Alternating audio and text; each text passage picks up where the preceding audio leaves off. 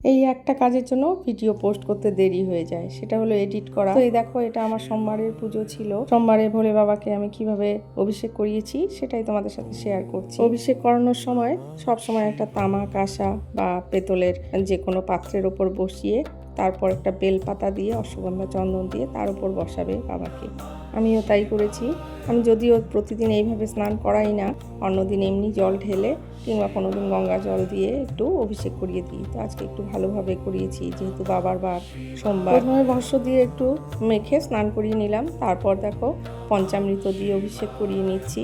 তো প্রথমে তো জানোই গণেশজি, তারপর কার্তিকজি, এরপর হলো অশোক সুন্দরী, তারপর গিয়ে শিবের মাথায় জল ঢালতে হয়। আমি সেভাবেই ঢেলেছি। এরপরে সুগন্ধি জল, যেটা গঙ্গা জল দিয়ে আমি আবার অভিষেক করিয়ে নিলাম। আমার এই শিবলিঙ্গটা আমি হরিদ্বার থেকে এনেছিলাম, কিন্তু আমি তখন বুঝতে পারিনি, তখন অতটা জানতাম না। তার জন্য এটার মুখটা হলো অর্থাৎ সোমসূত্র প্রণালী বা গৌরীপীঠ যেটা বলে, সেটা হলো আমার উল্টো দিকে। আর কার্তিকজি আর গণেশজি যে ডান সাইড আর বা সাইডে আছে, তার ঠিক মাঝখান দিয়ে হতো ওটা, কিন্তু ওরা উল্টো বানিয়েছে। আর আমি তখন খেয়াল করিনি, ওইভাবে নিয়ে এসেছি। তো এখন বাবাকে এনে পুজো করি, এখন তো আর পাল্টানো সম্ভব না।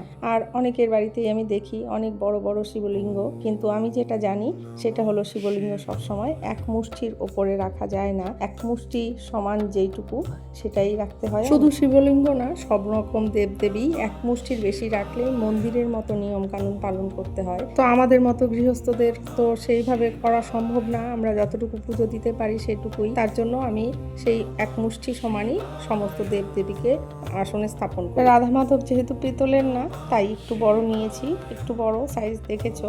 পেতলের হলে আমি ছোটই নিতাম। তো এই দেখো, আমার এদিকে তোমাদের সাথে কথা বলতে বলতে পুজো হয়ে গেল, একটু আরতিও করে নিলাম। তো এই তো দেখো আজকের দর্শন। একটু পুজো দিয়ে পুজোর ঘরে বসে থাকতে মনটা যেন একদম ভরে যায়। আজকে এত ভালো লাগছিল, নিজের গাছের ফুল দিয়ে পুজো দিতে আরো বেশি যেন ভালো। পুজো পার্বণ সম্পর্কে আমার অত বেশি জ্ঞান নেই, আমি যেটা জানি সেটাই তোমাদের সাথে শেয়ার করলাম। কিছু ভুল ত্রুটি হলে কমেন্টসে জানিও।